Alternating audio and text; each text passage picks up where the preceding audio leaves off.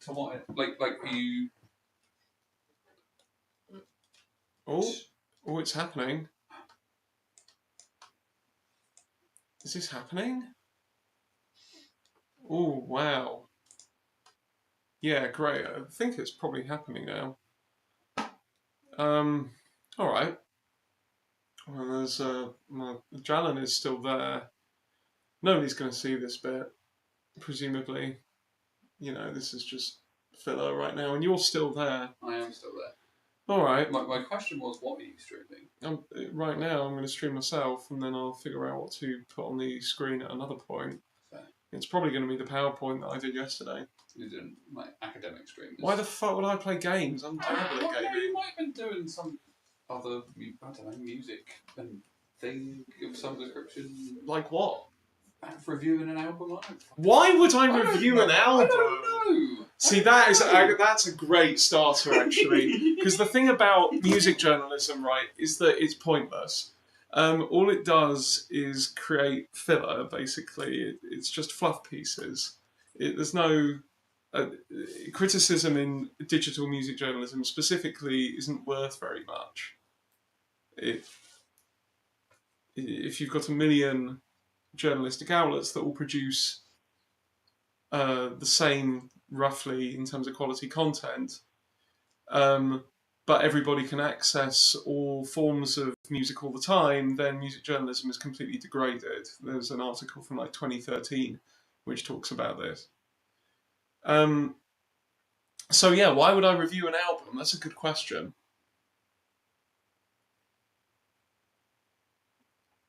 I think you should review an album. No. I mean, nobody nobody cares about my opinion anyway. I've done that. My God. Of course I've done all that. Right, I'm going to stop winding you up now. Thank you. Well, it was very useful, to be fair. Because... Yeah, no, why would what's the point in me reviewing an album anyway? There's no point in me doing that. Nobody cares about what I think as somebody who likes music. That's not what I'm good at. Or important. It's complete bollocks what I think about music anyway. Like what I like often isn't very good. I think I like a lot of metal, which, by the estimations of most people, is shit. I like sludge and I like grindcore. I like death metal. I like lots of other metal, but like I like things which tend to sound like arse. So it's not really, you know, my opinion's not worth very much if we're talking about like just aesthetics. But again, like the real nub there is that my opinion is one amongst a sea of millions. And that's not very helpful when we're trying to understand a musical culture. Then you need analyses. And I do have something like that. But like opinion, who fucking cares? It's not important. I think I'd like to start by doing a presentation that I did the other day. No, oh my God. Cool. Well, this is only going to get better, obviously. But I think I'd like to start by doing a presentation that I did yesterday, which is kind of a bit far in, as it were. Like, I'm not going to start by explaining what my work is up to this point or whatever. We'll do that another day. We'll go back and do other things. Let's do this one. I like this presentation a lot. I'm happy with it. It's got a good font. We love a good font, that's fine. So, here's me. Obviously you can see me anyway, so who cares? But there's me, and there's me doing a festival. Fine. There's me singing. You know the deal. I had to put this in to explain to non-metal people. You know, I've done all the things. I've done journalism, I've done the music, I've done the promoting stuff, whatever. I did the PhD, I did lots of different things. the deal with the PhD broadly is that I was interested in how metal has lasted for so long, but also that was really a cover. The real thing that I was interested in is what is this thing about? Because when I started it, I thought, oh, maybe there's some kind of explanation for why there are all these different styles of metal, and they all seem to relate to the same things, but they also don't. Is basically the starting thought, and I thought I had a pretty good idea initially, and then it changed. It turned into this thing this idea that, or framing that I had. It's not really an idea, called overdrive. I'm just going to check that things are looking normal. Oh yeah, things are kind of looking normal. Okay, fine. So you can probably see me right now. I don't have a second monitor. I'm doing this on a laptop, so I don't really care how bad it is. But we're going to get through that. So I did a bunch of different ways of methods, even of looking at metal. I split it into 4 kind of main areas or aspects that make up metal. So I did an analysis of lyrics, which I would say that is the texts of metal, like the works that you can read in a media sense. The music section, I spent time in a band and sort of wrote about how we produce songs and how we wrote, which was the question there was like, how do people in metal bands who don't have the same levels of musical understanding, like they don't all read music or they don't have theory education, how do they talk to each other and write riffs? And I found that the canon, like which seems very coherent when you look at the lyric themes and the artworks and stuff. The canon is very important for musicians because we often just refer to the names of riffs or the names of songs rather than describing them with musical terminology, which saves a lot of time, but also is this sort of shorthand. Then I did for scene or sociality, like the way metal is comprised as a social form. I went around and watched gigs and stuff, and I observed things, and I did some interviews with people. And lastly, I spent a lot of time on Metal Facebook collecting memes and thinking about the ways musicians try and promote themselves and the ways fans shitpost. And out of that came this framing, say, which I call overdrive.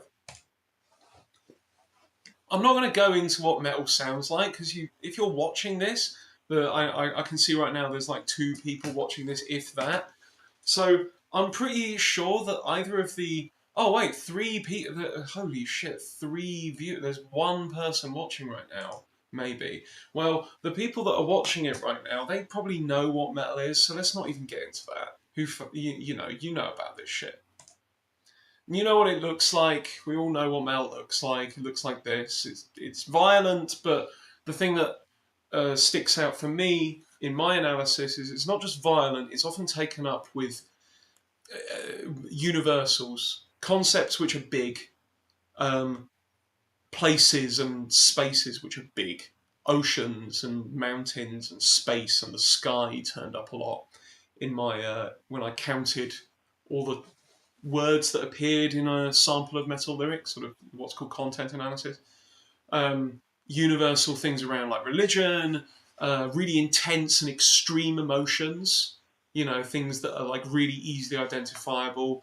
Obviously, sex, drugs, and rock and roll as well. This kind of Dionysiac, as one scholar, Dina Weinstein, she calls it Dionysian kind of impulse in metal. But it's not just violence and death and destruction and stuff, though obviously we kind of take those aspects of it for granted, but also sort of gestures towards big concepts, not itty bitty mundane things. The social or nuanced emotional expressions, they're not really as common in metal as they are in other genres. And then how do they live? They like it. That's one thing we know about metal fans. They really like it, and they do it a lot. It's not just enough to have a record collection. The impulse, the the injunction, even the way that magazines and fans often talk to each other, is about this. Well, you should be collecting, you should be going to gigs, you should have a lot of knowledge, you should have a band, you should do all this stuff. It's encouraging to the point of almost being like a superego. It's constantly this command to enjoy it, to get more into it all the time. You have a community which thinks it. When you're new to metal fandom, especially, I think it's easy to think we're all part of one big community all over the world, all these metal fans. But this is what Rosemary Hill would call an imaginary community. It's not. It's idealized to the point of actually just being constructed. Like it may not even be that real, especially given that the communitas of a lot of metal fans between each other is, you're right, when you see each other at a gig or when you see each other at a festival. Like it's nice, but it's like acquaintance level a lot of the time, I think. And there's a rhetoric, there's an ideology that goes underneath it, and it's very vague. It's often boiled down to like this sort of, well, there's us, and then there's us in the metal community, and then there's the mainstream or whatever. This, I think, is interestingly kind of paired with very kind of combative reception culture, i.e., fans of different genres don't like each other a lot of the time. They find lots of things to disagree about on aesthetics, on politics, on social practice, or whatever you like.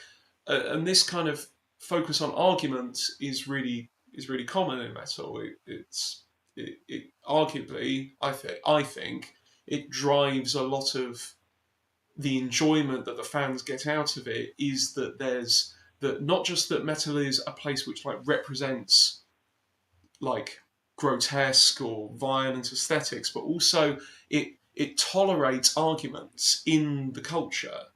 It tolerates rudeness, even like a sort of Keith Con Harris has described it as ebullient. It's like effusive. You're very outspoken, even to the point of being mean or rude to other people, and that is kind of that sort of outspokenness is often venerated in metal fandom. The sort of tenacity is another way of putting it.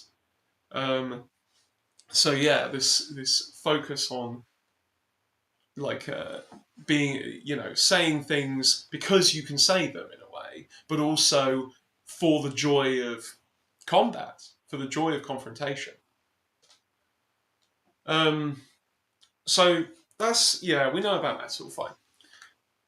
You may not know about metal studies. Let's see how many people are watching it now. Holy hell! Somebody said something. Oh my god! So you probably know you might know that there's a metal studies as well.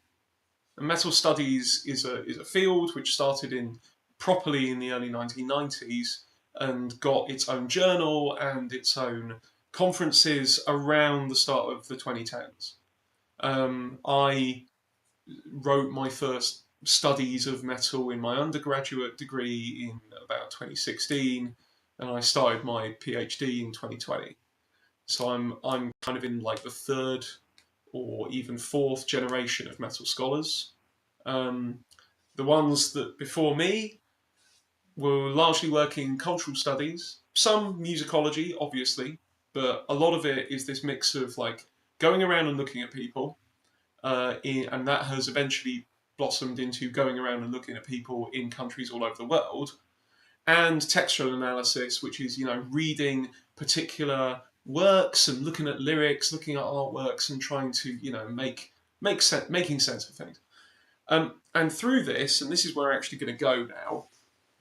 Through this, there's been this through line about psychoanalytic theory, and I think that this through line is under discussed, but I kind of understand why it's like that, because psychoanalysis has a bad rap in the academy. It's not very popular. Like Freudian thought was kind of pushed out of a lot of psychological departments and turned up again in literature studies departments. like Lacan, who is the thinker that I'm primarily working with, like his body of work. Um, it it kind of moved into film studies in the 1980s, and has kind of remained there since. Though in the UK and in Europe, there's a little bit more tolerance towards what's now often called psychosocial thought, which incorporates psychoanalysis. But anyway, so Powers of Horror by Julia Kristeva is a banging essay about how shit is gross, basically, and how grossness is actually at the heart of the human condition, and especially at the heart of the condition of femininity. Um, Keith Kahn Harris, who big name in metal studies, very very lucky, my supervisor, cites Kristeva in his book in 2007, which came out then. And he brings in Bataille and a couple of other theorists as well, but it's quite a short engagement. Like, it's important that he pointed out, and it means then that people that followed him lent further into citing Kristeva and also Bataille, and gradually developing this idea of objection in metal. Like, the objection, to put it simply, is that which is between which is out of its symbolic place. It's not an object. It's an object that has gone wrong, so to speak, or isn't where it's supposed to be. So, like, a broken bone is like definitive abjection, right?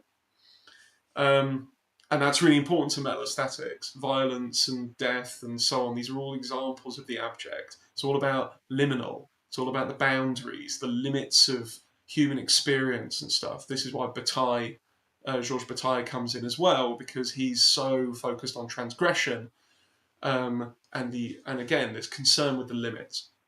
There have been other kind of mentions and readings that involve psychoanalysis in metal, like Ronald Bogue's two papers are really good, but he's not a metal scholar really. He's a Deleuze scholar who then discovered metal and wrote about it. And I think he's not from the one photo I've seen of him on the internet. He doesn't really strike me as like a metal guy. He strikes me as a guy who is into lots of things and wants to apply Deleuzean concepts to stuff and got there.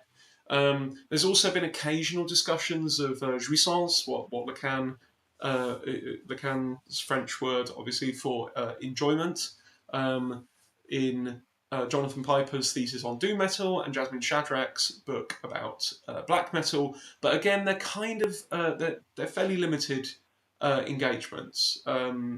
There's more to do, is what I perceived. The big name in metal and psychoanalysis is Rosemary Overell, and her article from 2021 is really, really strong. What she does here is starts by saying metal. One of the great things about metal studies, basically, she says, is that we now have a way of talking about metal that doesn't just situate it as this grotesque adolescent expression of violence that needs to be censored. Instead, we have lots of articles and studies that convey metal as actually it's mentally healthy and it's beneficial. But this is a problem because really metal still contains a kernel of violence, and trying to redeem metal by talking about how it's good for people really misses the point, because metal is real in Lacanian terms. It is what gets beyond the symbolic or imaginary, basically our frames of reference in the world, our ways of making sense of things, language and imagery, aesthetics, and so on. The real is what gets beyond all that, or the thing which is impossible in our system of understanding. She's saying metal is always kind of indicating towards the real, but then it can't stay there.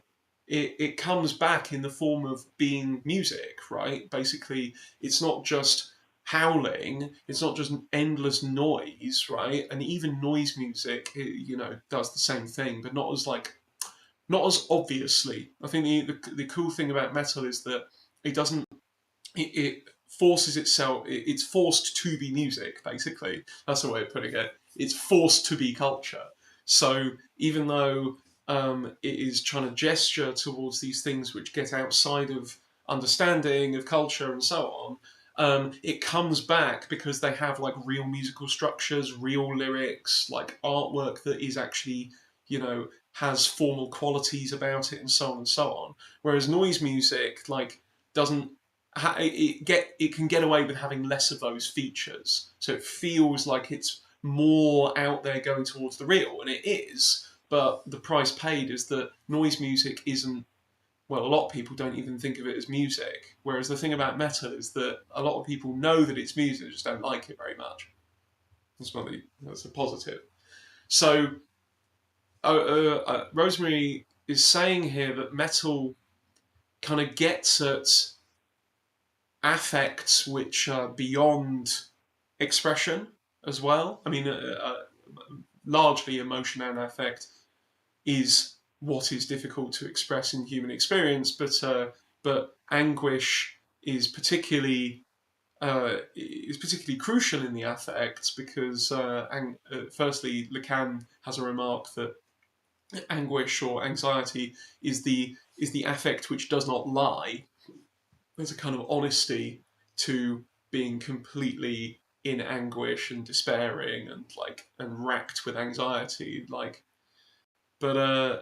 also and this is crucial because it unveils these, as I say, the kernel of violence which is at the heart of the human experience. It's not only that this represents something that is violent and we're fascinated by it. The point of the article is that like such representations, sometimes they don't refer to anything that's like an inherent violence on the part of that subject, but sometimes they do. One sec. Gonna keep looking. Damn, there's still a viewer. Crazy. All right. So I'm going to talk about what I actually think of these things now. I'm briefly going to explain my idea. So, overdrive is, as metal people will know, is a term used to describe guitar distortion. And the first time this was like deployed in metal studies is in this article by Jeremy Wallach, Harris Berger, and Paul D. Green in the introduction to their collection from 2011 called Metal Rules the Globe, which is banger collection. And they have this idea called affective overdrive, which is that basically when you're in front of a metal gig, it's very, very difficult for a fan to focus on anything else, and it just like overwhelms their whole perception. And it makes it difficult for people to talk about what they're experiencing, even after it's happened. And this links to a bunch of things that different metal scholars have noticed about the way metal fans talk about metal, which is they find it difficult to.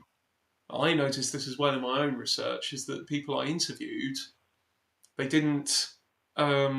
They all had different answers about what metal was fundamentally about, and some of these answers contradicted each other, and also some of the answers they gave, the people that were saying it then said, but I know that these values are shared with other cultures, so even this is kind of a moot point in some ways, or certainly they weren't articulating things that were distinct. They were saying we know that these are values that lots of cultures have, like belonging, or passion, or feeling different to some kind of norm, which is like, give me a break. Everyone says that. That's common. So, but the overall trend is that metal fans find it quite hard to talk about what their culture's about. And my gambit is that this is because distortion and our kind of perceptual relation to distortion runs the whole way through metal in all of the different levels of cultural production and reception and stuff. So, like, on a textual level, it kind of makes sense. We have distortion means, and overdrive means that we have more power, so we do it harder and bigger, but the price paid is that you don't get as much clarity or fidelity like in a musical signal. You know, you have distortion means that you have power which goes beyond the limits of the signal. It starts to clip or whatever, and the price paid is loss of fidelity, loss of clear quality. And in on the textual level of metal, this means that you have things, you have lots of imagery and ideas which are about big and like impactful ideas and images and stuff, but the middle of human experience is much less accounted for. The nuanced bits, the things which require clarity and fidelity, are much less commonly expressed in metal because it's difficult to express those things when you've got all power going all the time. When you turn everything up to 11, your emotions get turned up to 11, like the guy who's getting socked in the Pantera cover, you know, or the Korn lineage of bands which largely write about child abuse. You know, it's everything goes to extremes, and in previous kind of ways of talking about metal, this going to extremes seemed to be the thing. You know, that seemed to be what metal was doing, is that it goes to extremes in search of extremity. Well, I think it's actually kind of an after effect.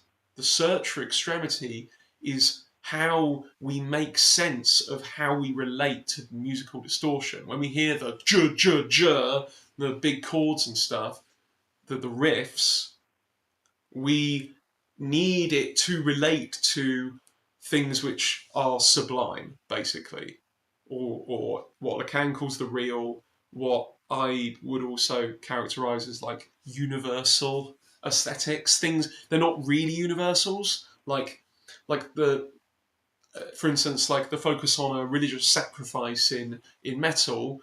Um, Sacrifices are universal, but the way metal's sacrifices and religious things are often articulated is through Christianity. It's not a true universal. It's a universal within the musician's context, right?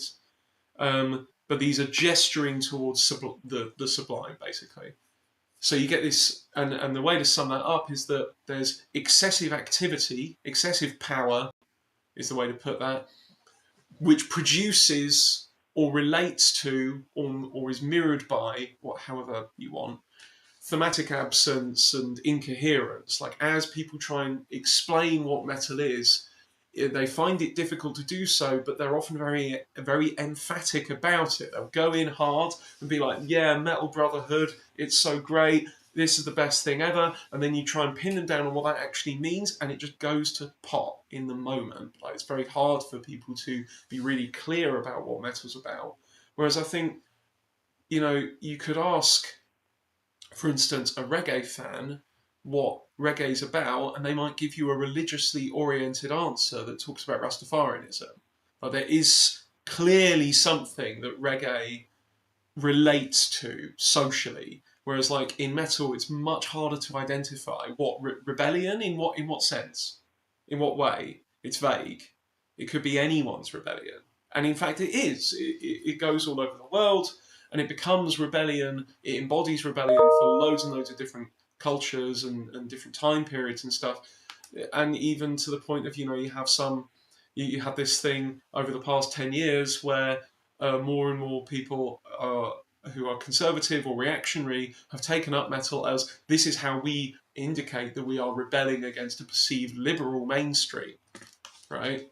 So it's really agnostic in that sense, and that perfectly accords with this torsion and absence. Like, you can do it bigger, you can do it harder, but the price paid is that you don't make as much sense. It's a simple way to put it.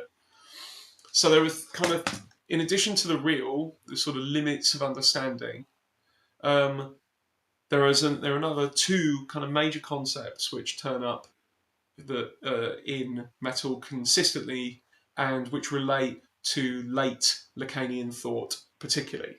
The first is his articulation of drive.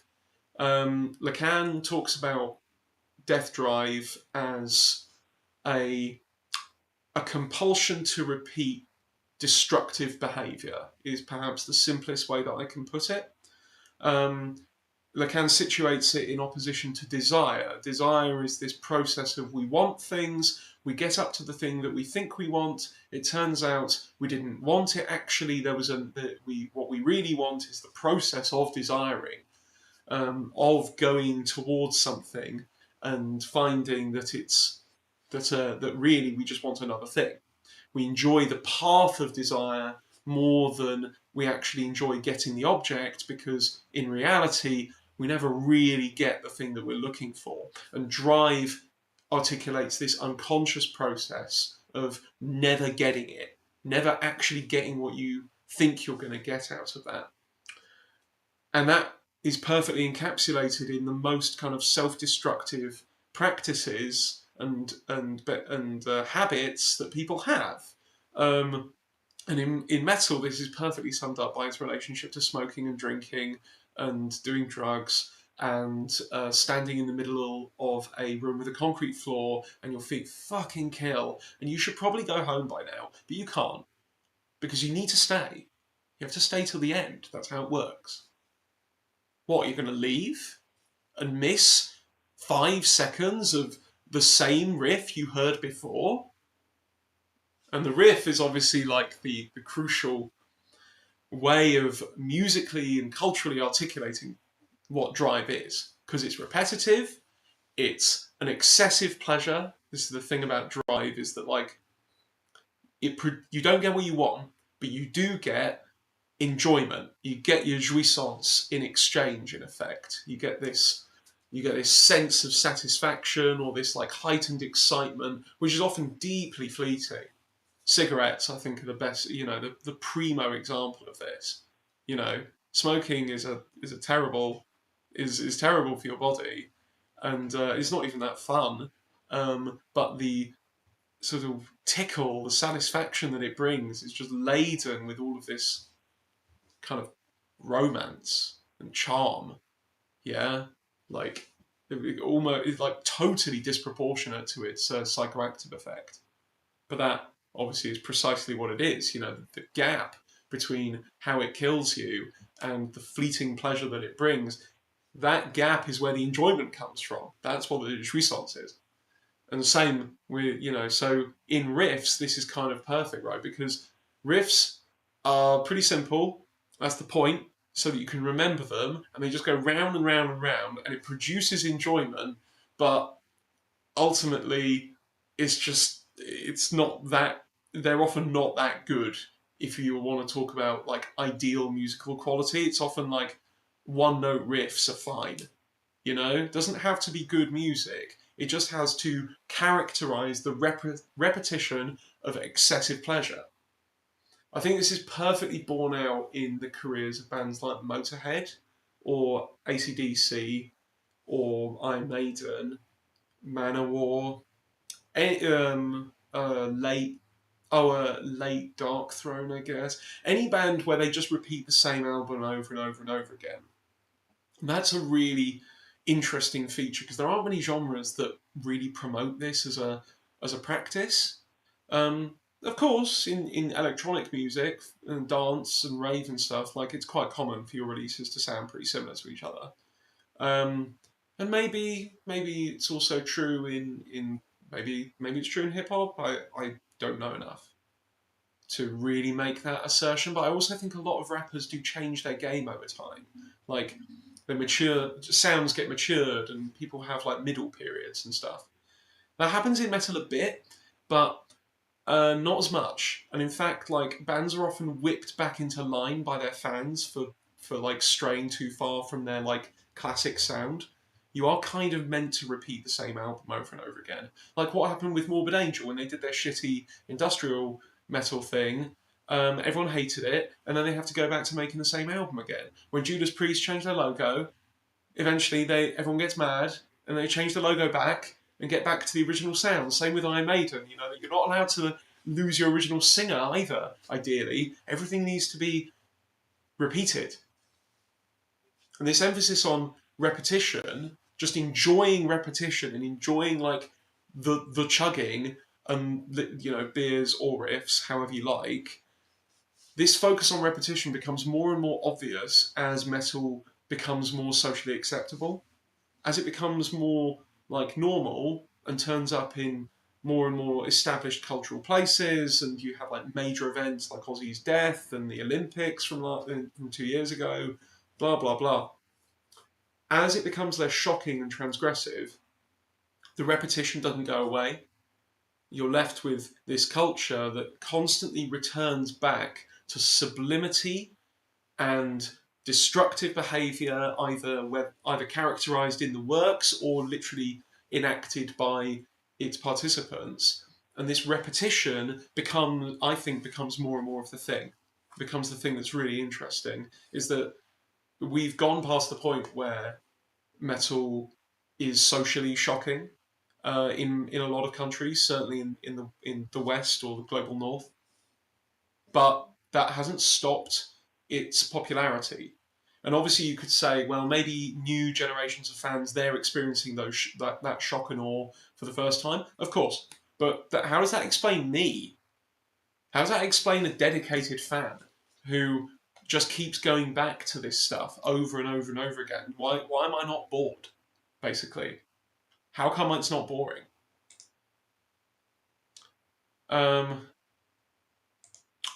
Cool, there's still a person watching. That's wild. I'll do one more. So, fantasy in Lacan is very important. When he says fantasy, he doesn't just mean like dreaming. Fantasies are like fantasy is the way we relate to the real in ourself. It's the way we relate to the impossible parts of ourselves. So the definitive statement of a fantasy is I am dead.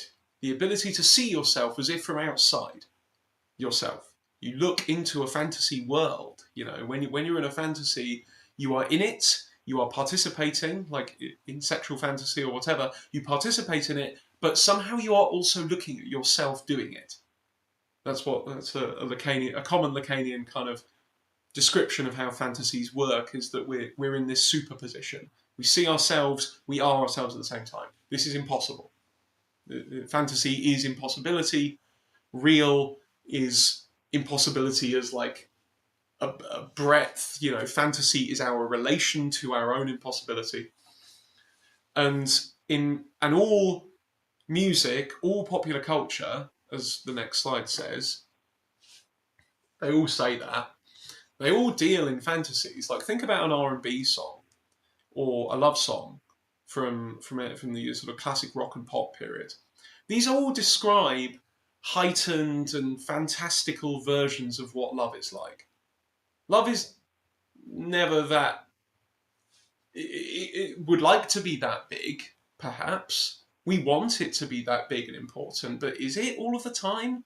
Come on. This is why kitchen sink dramas are so beloved among certain segments of listening audiences. But even then, these are fantasies too. That's the real clever thing about them. They're very nuanced fantasies. They incorporate all of the mundane features of our lives and elevate them into beautiful objects. You listen to anything by Squeeze or the Smiths, any like great hip hop, like Kendrick's work, is all about kind of dealing with the everyday and making it into something which is elevated. They're raising it, sublimating it, raising it to the dignity of the thing, not just everyday shit, a thing worthy of our understanding. When metal does fantasies, it does it really, really obviously and literally. And that is the interesting thing about metal and it's this overdrive thing, yeah? Is that because metal's cultural practices and discourses and aesthetics, they're all taken up with like doing things bigger, but in a way that often degrades the quality of the thing. When metal tries to do a fantasy, there can't be composure or nuance or subtlety. It's always extreme and it is at the limits. And this gets to absurd lengths, right? Like, it's almost like when the genre of metal was starting, if there was an unconscious memo being passed around various musicians, right? All the rock bands got the memo, and it says, we're making fantasies in it, basically. And like a band like the Rolling Stones or the Beatles, like, gets the memo, we're making fantasies in it, and they say, okay, we'll make fantasies that people can relate to. And metal musicians got the memo and thought, fantasy, right, like film and literature and stuff, like the fantasies that I like horror film and like Michael Moorcock and shit, and Lord of the Rings. These are all fantasies. Great, we'll do that. This like very literal, obvious engagement with what a fantasy is so common in metal. There's a whole genre is just dedicated to basically reciting things from various fantasy books. And then when you have fantasies about emotion or about, politics, relationships, identity, all that kind of stuff, like, big narrative questions. When metal does that, they're always taken to like incredible lengths. So it's not enough to have a relationship drama in a metal song. It has to be like those new metal songs or metalcore songs where the singer is like screaming horrible things at a presumed uh, listener who isn't actually the listener. The audience hears it, and it's as if they're shouting at their ex-girlfriend a lot of the time.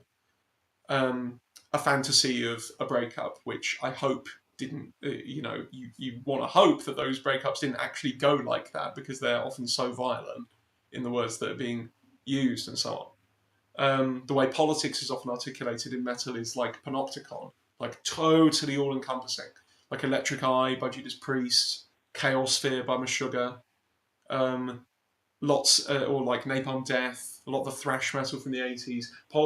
Political control is often conveyed as this like massively overarching thing that is like impossible to wrangle with. Operation Mindcrime, perhaps, by Queensryche would be another example of that as well. You don't get out. Everything is kind of overdetermined. When I gave this talk yesterday, the guy that was hosting said that overdetermination is also a Freudian term. Refers to the sort of the eruption of like violent emotions, as a result of like I think as a result of constraint. I need to look into it a bit further, but I thought it was really interesting that like the over determination seems to relate in some way to these things. Again, it's one of these like little weirdnesses. So yeah, and the last way you can see that metal deals with fantasy in really obvious ways is that when metal musicians and fans decide to be like obscure or like mysterious or magical or esoteric, they do it in ways where everybody else can see that that is what they are doing.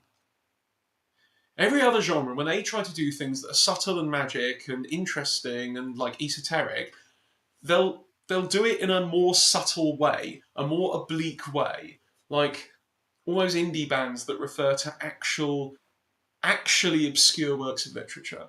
And obviously, extreme metal artists eventually discovered citing more and more obscure philosophers. Of course, that did happen. Fuck, I contributed. But but still, it's done in very overt terms. It's done very obviously. The Robes and Fog stuff is the clearest example of this. It's like waving a banner that says, "We are doing magic. We are doing esoteric arts." Whereas like other genres might have these references, but they are literally obscure. You have to go looking for them properly, not just on the level of going to read something about it, but like you have to find the thing in the beginning. You may not know that it's there. Whereas a metal band is going to tell you that they are doing obscure stuff because they'll fucking wave it in front of you. Last bit. So again, like the thing about metal and its relationship to psychoanalytic ideas is that all culture deals with this stuff because all culture is sublimation.